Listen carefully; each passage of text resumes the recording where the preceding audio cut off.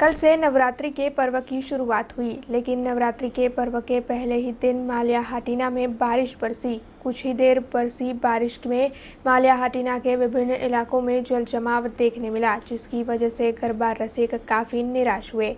लेकिन कुछ ही देर में बारिश बंद भी हो गई, जिसकी वजह से शाम को गरबा प्रेमी लोग मां जगदम्बा की आरती कर गरबा कर पाए। हालांकि मौसम में अचानक बदलाव की वजह से वहां पर गर्मी से लोगों को निजात मिली।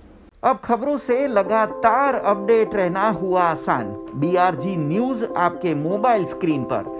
आज ही BRG न्यूज की mobile app Google play store और ऐप स्टोर से डाउनलोड करें और खबरों से लगातार जुड़े रहें।